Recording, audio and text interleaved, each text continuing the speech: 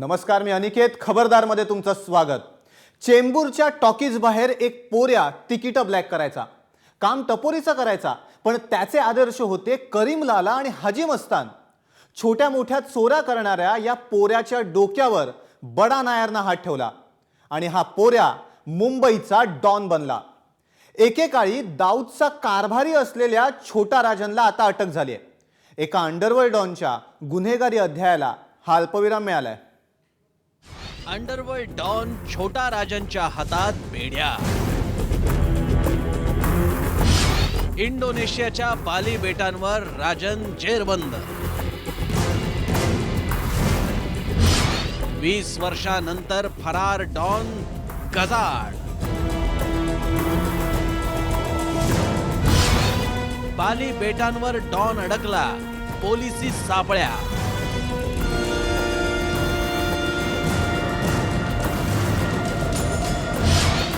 Don राजनला खरंच झाली का अटक?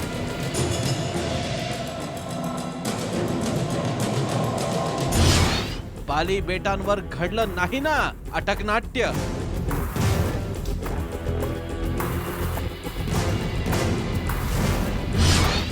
राजनला यायचं होतं का शरण?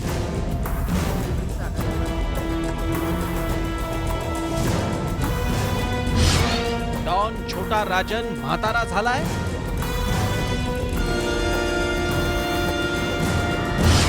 डॉन छोटा राजन थकलाय. डॉन राजनचा शक्तिपात झालाय का? राजन परदेशात होता का असुरक्षित? सुरक्षिततेसाठी घडवलं का हे अटक नाट्य? छोटा राजनला आता अटक झाली आहे. चेंबूरचा टपोरी पोऱ्या ते अंडरवर्ल्ड डॉन असा छोटा राजनचा गुन्हेगारी जगतातला प्रवास राहिलाय. छोटा राजनच्या गुन्हेगारी आयुष्यावर हा एक स्पेशल रिपोर्ट. राजन निकालजे उर्फ छोटा राजन, मुंबईचा डॉन, दाऊदचा दुश्मन. गुन्हेगारी विश्वात स्वतःचा दबदबा निर्माण करणाऱ्या या छोटा राजनला इंडोनेशियातल्या बाली बेटांवर अटक करण्यात आली आहे. इंटरनॅशनल डॉन आणि गँगस्टर असणाऱ्या छोटा राजननं गुन्हेगारीची बाराखडी मात्र मुंबईतल्या टिळकनगरमध्ये गिरवली. चेंबूरमध्ये छोट्या मोठ्या चोऱ्या करणारा हा पोऱ्या राजन नायर अर्थात बडा राजनचं बोट धरून संघटित गुन्हेगारीच्या साम्राज्यात आला. सुरुवातीला नायरच्या हाताखाली सिनेमाची तिकीटं छोटा राजन ब्लॅक करायचा. त्यानंतर तो सोन्याच्या तस्करीकडे वळला. 1980 मध्ये छोटा राजनच्या नावावर पहिल्या हत्येची नोंद झाली. मधल्या काळात बडा राजनच्या हत्येनंतर छोटा राजनला गरज होती एका गॉडफादरची. दाऊद इब्राहिम बनला त्याचा गॉडफादर. कामाच्या स्वतःच्या वेगळ्या पद्धतीमुळे राजन बनला दाऊदचा खासम खास. दाऊद जेव्हा 1988 मध्ये दुबईत पळाला त्यावेळी दाऊदनं मुंबईतला सर्व कारभार छोटा राजनच्या हवाली केला. दाऊदचे मुंबईतले डोळे आणि कान म्हणून राजन काम करू लागला. दाऊदच्या पाठोपाठ छोटा राजननंही त्याचा तळ दुबईत हलवला होता. 1993 पर्यंत सर्व काही सुरळीत सुरू होतं. मात्र 1993च्या मुंबई ब्लास्ट पासून दाऊद आणि छोटा राजन यांच्या संबंधांना गेला तडा. दाऊदच्या टोळीत छोटा राजन आणि छोटा शकील यांच्या वर्चस्वाची लढाई सुरू झाली होती. दाऊदनं या वर्चस्वात छोटा शकीलच्या पारड्यात वजन टाकलं. याच दरम्यान आपल्याला मारण्याचा कट दुबईत शिजल्याची कुणकुण छोटा राजनला लागली. राजन रातोरात दुबईतून पळाला. थायलंड, कंबोडिया अशा देशांमध्ये तो फिरत होता. भारतीय गुप्तचर यंत्रणा रॉनं त्याला यामध्ये मदत केल्याचं सांगण्यात येत आहे. छोटा राजन हा दाऊदची माहिती देणारा मोठा स्रोत म्हणून रॉ त्याच्याकडे पाहत होती. 2001 मध्ये बँकॉकमध्ये छोटा राजनवर दाऊदनं खुनी हल्ला घडवून आणला. या हल्ल्यातून बचावलेला राजन बँकॉक पोलिसांच्या हातावर तुरी देऊन निसटला होता. गेले काही दिवस राजन गंभीर आजारी असल्याच्या चर्चा सुरू होत्या. त्यामुळे राजनला अटक झाली की त्यानं शरणागती पत्करली असा प्रश्न आता निर्माण झालाय. या दरम्यान मुंबईतील वरिष्ठ गुन्हे पत्रकार जेडे यांची हत्याही राजननं घडवून आणल्याचा आरोप आहे. या पार्श्वभूमीवर राजनला अटक झाली की त्यानं शरणागती पत्करली असा प्रश्न आता निर्माण झालाय. ब्युरो रिपोर्ट, जय महाराष्ट्र. वेळ झाली एका ब्रेकची, पण तुम्ही राहा खबरदार.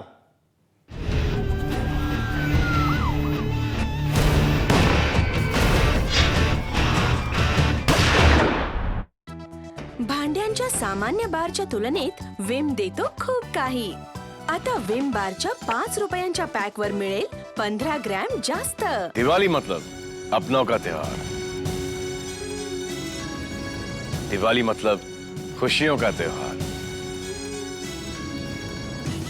अपनों को खुशी से खिलाएं देसी घी का स्वाद. ले आए गोवर्धन घी का नया पैक और देखें प्रेम रतन धन पायो. क्योंकि त्योहार है खुशी का. और बात है खुशी की. आता एम्प्लॉई ऑफ द इयर बनणं आणखी सोपं. कारण रेड लेबल नॅचरल केअरच्या 250 ग्रॅम पॅकवर आहे 7 रुपयांची सूट. आता प्रत्येक 24 रुपयांच्या डव बार सोबत मिळवा 5 रुपयांचा Dove twin sachet free. New Axe Signature with 3 times more perfume. Other deos may fade away. Axe Signature. Don't fade away. This is Alia reporting live. आज रिपोर्टर आईकडून मिळाली एक सनसनाटी न्यूज. क्लिनिक प्लस बदलला आहे. हा बाहेरूनच नाही, आतून सुद्धा नवीन आहे. नवीन क्लिनिक प्लस मध्ये आहे एक असं प्रोटीन तत्व जे शरीर बनवू शकत नाही. हे केस बनवतं 35 पटींपर्यंत अधिक मजबूत. नवीन क्लिनिक प्लस. आजची मजबूतीच उद्या झळकेल. डॉमेक्स मोठी बचत ऑफर. 500 ml डॉमेक्स टॉयलेट क्लीनर सोबत मिळवा 27 रुपयांचा सर्फ एक्सेल बार अगदी मोफत. चांगला जॉब, वेल सेटल्ड, परफेक्ट मॅच साठी मुलामध्ये हे सगळं पाहतो. तर मग मुलीमध्ये का नाही? लग्नाच्या आधी स्वतःची ओळख बनवा. संधी आम्ही देऊ. Fair and lovely foundation. Scholarships, career opportunities आणि बिझनेस कॅपिटल. मग लवकर कॉल करा. लग्नाच्या आधी स्वतःची एक ओळख बनवायची आहे ना? बनवायची आहे ना? Fair and lovely foundation. विठ्ठला आता तरी तो पाव. विठ्ठला आता तरी तो पाव.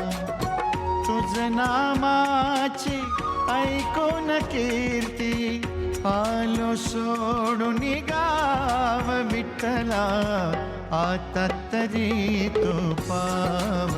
विठ्ठला आता तरी तो पाव.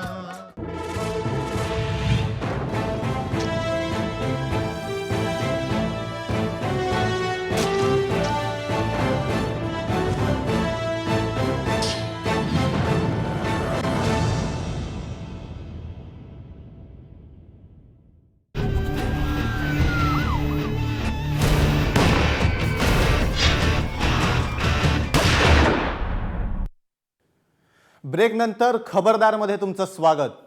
छोटा राजनला अटक झाली की त्यानं समर्पण केलं याबाबत वेगवेगळे तर्क लढवण्यात येत आहेत. राजनला खरंच अटक झाली? राजननं शरणागती पत्करली? राजनसाठी बाली बेटांवर रेड कार्पेट अंथरलं गेलं का? अशा वेगवेगळ्या तर्कांवरचा हा खबरदारचा स्पेशल रिपोर्ट. तर्क पहिला. दाऊद इब्राहिमचा खास आदमी छोटा शकीलनं राजनची ही अटक घडवून आणली असल्याचा एक कयास आहे.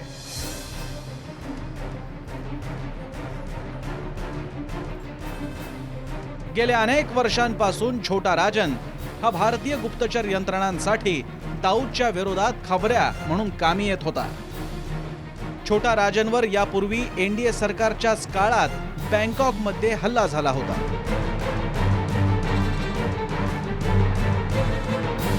त्यावेळी मुंबई पोलिसांनी थायलंडकडे प्रत्यार्पणासाठी प्रस्ताव तयार केला, मात्र त्याचा योग्य पाठपुरावा झाला नव्हता. दरम्यान थायलंड पोलिसांकडून राजन सुटला आणि याचा बदला म्हणून आता भाजप सरकारच्या काळातच त्याला अटक करून द्यायची अशी तजवीज छोटा शकीलनं केली असावी. याच्या जोडीलाच भारतातली सरकारं दाऊदला पकडून आणण्याच्या घोषणा तर करतातच आहेत. नुकत्याच केंद्रात आलेल्या भाजपा मंत्र्यांनीही दाऊदबाबत असेच दावे वेळोवेळी केले.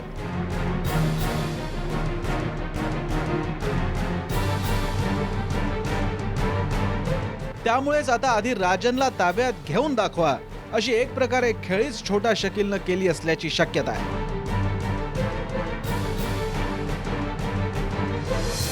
यामुळे एकीकडे सरकारवर दाऊदला पकडण्यासाठी दबाव तर वाढेलच, शिवाय भारतीय गुप्तचर संस्थांचा इंटरनॅशनल खबऱ्या भारतातच बंदिस्त केला जाईल असा दुहेरी डाव असू शकतो.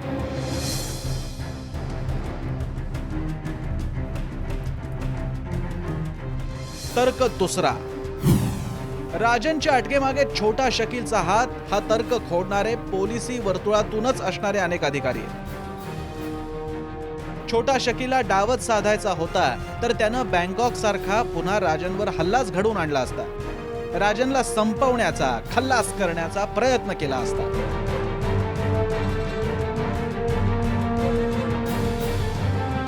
राजन भारतात मुंबईत आल्यानंतर उलट त्याच्या गँगमध्ये धुगधुगी कायम राहण्याची शक्यता अधिक आहे. तेव्हा अटक बिटक घडवून आणण्याचा शकीलचा प्रयत्न या लॉजिकमध्ये दम नाही असं काही वरिष्ठ पोलीस अधिकाऱ्यांना वाटतं. तर्क तिसरा, भारतीय सुरक्षा यंत्रणांनीच ऑपरेशन छोटा राजन तडीस नेलं असावं अशी ही शक्यता आहे. सध्याचं सरकार दाऊद इब्राहिमला पकडून आणण्याचे छातीठोक दावे करते. सामान्य जनतेच्याही अपेक्षा वाढल्या आहेत. दुसरीकडे छोटा राजनची उपयुक्तता सुरक्षा यंत्रणांसाठी संपली आहे. अशावेळी दाऊद नाही तर नाही, किमान छोटा राजन तरी पकडून आणण्याचं क्रेडिट मिळावं यासाठी सुरक्षा यंत्रणांच्या अत्युच्च पदस्थांनीच ही मोहीम तडीस नेली असावी असाही तर्क जोरकसपणे लढवला जातोय.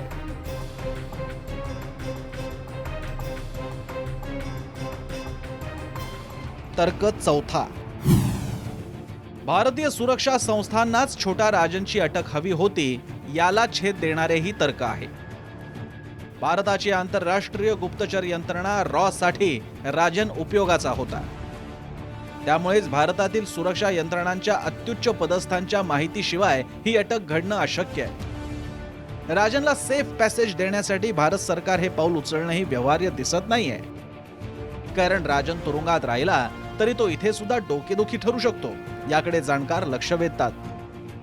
हे सर्व पाहता त्याला अटक करवून दिली तरी तितक्या पाठपुराव्यानं इथं आणलं जाईल का याबाबत साशंकता आहे. तर्क पाचवा, छोटा राजनसाठी थायलंड म्हणजे सुरक्षित स्वर्ग होता. थायलंड पोलिसांचा कारभार ढिसाळ असल्यानं तिथल्या पोलिसांचे हात ओले करून राजन तिथून सुटला. मात्र इंडोनेशियात तसं नसल्यानं राजन अडकला असाही एक मुद्दा पुढे येतोय. आता इंडोनेशियानं राजनला अनडिझायरेबल एलियन घोषित करायचं आणि सीबीआय, मुंबई क्राईम ब्रँच यांनी तिथं जाऊन त्याचा ताबा घ्यायचा असं होऊ शकतं. कारण त्यानं वकिलांकरवी आव्हान दिल्यास हे प्रत्यार्पण वेळकाढू ठरू शकतं. जाणकारांच्या मते प्रत्यार्पण किंवा गुन्हेगार हस्तांतरणाची कायदेशीर प्रक्रिया पूर्ण करण्याशिवाय भारताकडे पर्यायच नाहीये.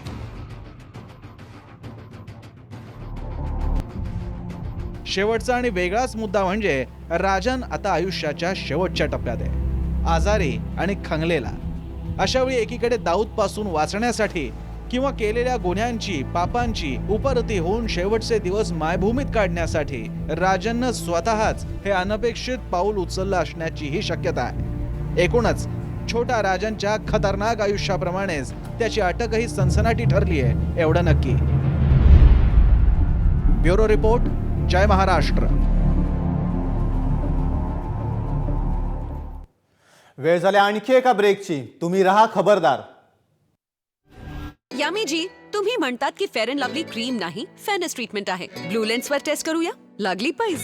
चेहऱ्याच्या एका बाजूला फेअर अँड लवली, दुसऱ्या बाजूला expert treatment. Fair and lovely आणि ट्रीटमेंटचा उजळपणा इक्वल. अनबिलीव्हेबल. तुम्ही सुद्धा आमचं ब्लू लेन्स चॅलेंज घेऊन पहा. लागली पैस. फेअर अँड लवली फक्त क्रीम नाही, फेअरनेस ट्रीटमेंट. शिवरायांच्या भूमीत जन्म घेतलेला मराठा आहे मी मोडेन पण वागणार नाही. मराठा मराठा वीर मराठा.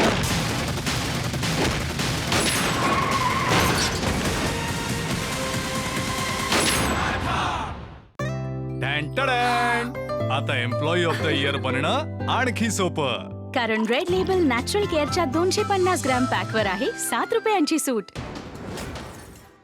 डॉमेक्स मोठी बचत ऑफर 500 ml डॉमेक्स टॉयलेट क्लीनर सोबत मिळवा 27 रुपयांचा सर्फ एक्सेल बार अगदी मोफत. दिस इज आलिया रिपोर्टिंग लाईव्ह. आज रिपोर्टर आईकडून मिळाली एक सनसनाटी न्यूज. क्लिनिक प्लस बदलला आहे. हा बाहेरूनच नाही, आतून सुद्धा नवीन आहे. नवीन क्लिनिक प्लस मध्ये आहे एक असं प्रोटीन तत्व जे शरीर बनवू शकत नाही. हे केस बनवतं 35 पटींपर्यंत अधिक मजबूत. नवीन क्लिनिक प्लस, आजची मजबूतीच उद्या झळकेल. दिवाली मतलब अपनों का त्योहार. दिवाली मतलब खुशियों का त्योहार. अपनों को खुशी से खिलाएं देसी घी का स्वाद. ले आए गोवर्धन घी का नया पैक और देखें प्रेम रतन धन पायो. क्योंकि त्योहार खुशी का. और बात है खुशी की. कपडे तर बघ काय चमकतायत आणि चेहरा सुद्धा. नक्कीच आज स्पेशल डे असणार. स्पेशल डे नाही, स्पेशल ऑफर आहे. स्पेशल ऑफर पण कशावर? आता 1 किलो रिन पावडर सोबत 22 रुपयांचा पेय साबण मोफत.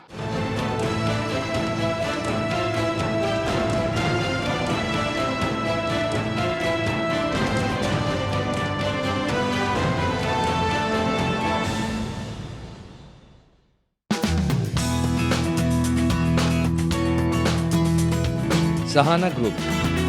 We consistently aim higher towards excellence and innovation while offering you value for money. Swapna Safalya building at New Prabhadevi. Hurry, limited flats available. Supporting better living, Sahana Group.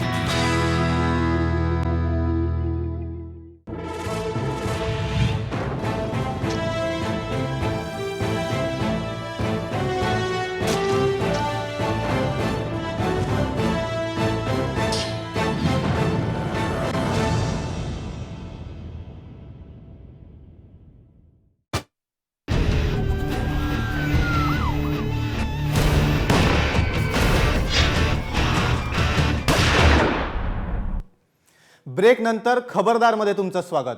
Dawood Ibrahim, छोटा राजन, अरुण गवळी यांचं एकेकाळी मुंबईच्या गुन्हेगारी विश्वावर राज्य होतं. राजन आणि दाऊद शिवाय मुंबईचं पानही हलत नव्हतं. मुंबईवर अधिराज्य गाजवणाऱ्या या गुंडांचं राज्य आता लयाला गेलंय. 80 आणि 90च्या दशकात मुंबईतल्या गुन्हेगारी विश्वातल्या या बेनाम बादशांच्या कुंडलीवर हा स्पेशल रिपोर्ट.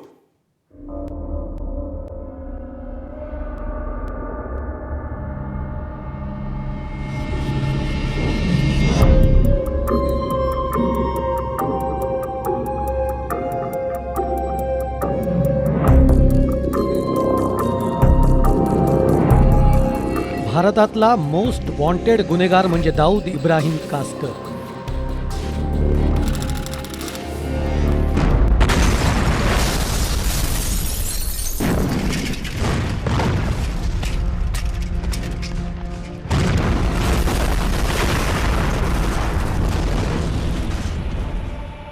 मार्च 1993 मधल्या बॉम्बस्फोटानंतर दाऊदला पकडण्यासाठी मुंबई पोलीस जंग पछाडत होते. तर तो तिकडे दुबईत ऐशो आराम करत होता. छोटा राजनमुळे दाऊदची ताकद प्रचंड वाढली होती. किंबहुना छोटा राजन हा डी कंपनीचा ब्रेन समजला जायचा. दाऊदचा छोटा राजनवर जबरदस्त विश्वास. तरीही त्यांच्यात वैर निर्माण झालं. साधं सुधं वैर नाही, तर दोघंही एकमेकांच्या जीवावर उठले. असं काय झालं त्यांच्यात?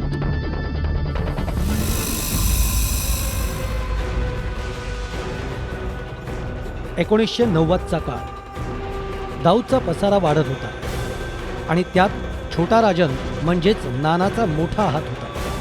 पण छोटा राजनचं हे यश छोटा शकील, शरद शेट्टी आणि सुनील सावंत यांना खुपत होतं. त्यात ठिणगी पडली इस्माईल इब्राहिम पारकरच्या हत्येची.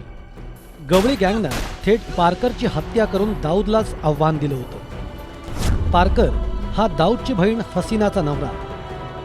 26 जुलै 1992 रोजी त्याची हत्या झाली. हत्येच्या 2 महिन्यानंतरही दाऊद या हत्येचा सूड घेऊ शकला नाही. याबद्दल शरद शेट्टीनं दाऊदचे कान भरले आणि छोटा राजन करतोय काय असा प्रश्न दाऊदनं उपस्थित केला. हे एवढ्यावरच थांबलं नाही, तर या त्रिकुटानं पारकरच्या मारेकऱ्यांना ढगात पाठवण्याची संधी द्या अशी विनवणी दाऊदकडे केली आणि मग छोटा शकील आणि सौत्या म्हणजेच सुनील सावंत यांनी कट रचला तो पारकरच्या मारेकऱ्यांचा गेम करण्याचा। याची जराही खबर छोटा राजनला होऊन दिली नाही। त्यानंतर घडलं ते जे हॉस्पिटलमधलं हत्याकांड। 12 सप्टेंबर 1992 ची मध्यरात्र। या हल्ल्यात शैलेश हळदणकर मारला गेला, तर आदल्या दिवशी दुसऱ्या वॉर्डमध्ये हलवल्यामुळे बिपिन शेरे वाचला। छोटा शकील आणि सौत्याची योजना अर्धवट पूर्ण झाली, तरीही दाऊदचा भाऊ अनीसनं खुशीत पार्टी दिली आणि छोटा राजन मनातून दुखावला गेला। या हल्ल्यानं देश ढवळून निघाला। ज्यांना मारण्यासाठी हा हल्ला झाला त्यांच्या सुरक्षेसाठी पोलीस तैनात होते, त्यामुळे पोलिसांचीही प्रचंड नाचक्की झाली। छोटा राजन विरुद्ध छोटा शकील यांच्यातलं वैर इतकं वाढलं की एक दिवस दाऊदनं सर्वांची बैठक घेतली आणि आपापसात भांडून डी कंपनी दुर्बल बनवू नका असा इशारा दिला। बोला वो नाना को आप एक बार समझाओ, हमेशा अड़गिली करते रहते हैं। नाना के बारे में मेरे को जरा भी नहीं सुनना चाहता। बोला है भाई को समझाओ, भाई के भेजे में बात नजदीक है। लास्ट टाइम भी आपने उसको छोड़ दिया था, जो माल आ रहा था। धंधे पे कॉन्सेंट्रेट करो, आपस में फूट मत डालो। आपस के लफड़े में मेरे धंधे खराब कर रहे हो तुम लोग। हमारे धंधे में जितने दुश्मन कम रहेंगे उतना अच्छा होगा। एवढंच नाही तर नाना मेरे बुरे वक्त का दोस्त है, मैं उसकी बुराई नहीं सुनूंगा असं स्पष्टही केलं। त्यामुळे शकील आणखीन चरफडू लागला, पण पुढे त्यानं डाव साधला। भाई आप नाना को एक बार समझाएं, मैं बोल रहा हूँ अपने धंधे की बात लगा रहे हो, आप बार बार उसको दोस्त दोस्त बोल रहे हैं। वास्तिन का सांप पाल के रखे हैं। जबान बंद रख, वो मेरा वफादार है, बचपन का दोस्त है मेरा। वो भाई से बढ़ के मानता हूँ मैं राजन को। नाना मेरे बुरे वक्त का दोस्त है। मुंबईत डिसेंबर 1992 मधल्या जातीय दंगली आणि मार्च 1993 मध्ये बॉम्बस्फोट घडवण्यात आले।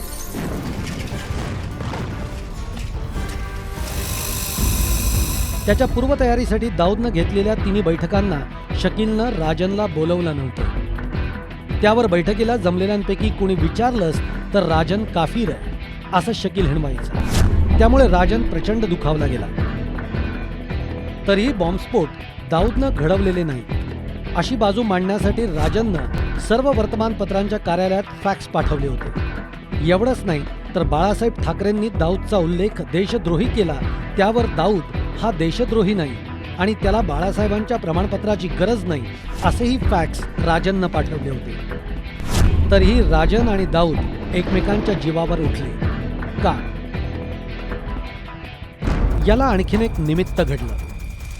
1994च्या सुमारास दाऊदनं दुबईत एका आलिशान बोटीवर जंगी पार्टी केली। त्या बैठकीला जाण्याच्या तयारीत असतानाच राजनला फोन आला।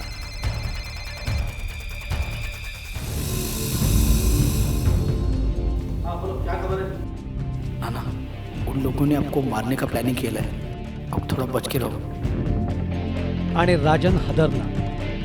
आता राजनला पुढील धोक्याची चाहूल लागली आणि त्यानं थेट गाठलं ते दुबईतलं भारतीय दूतावास।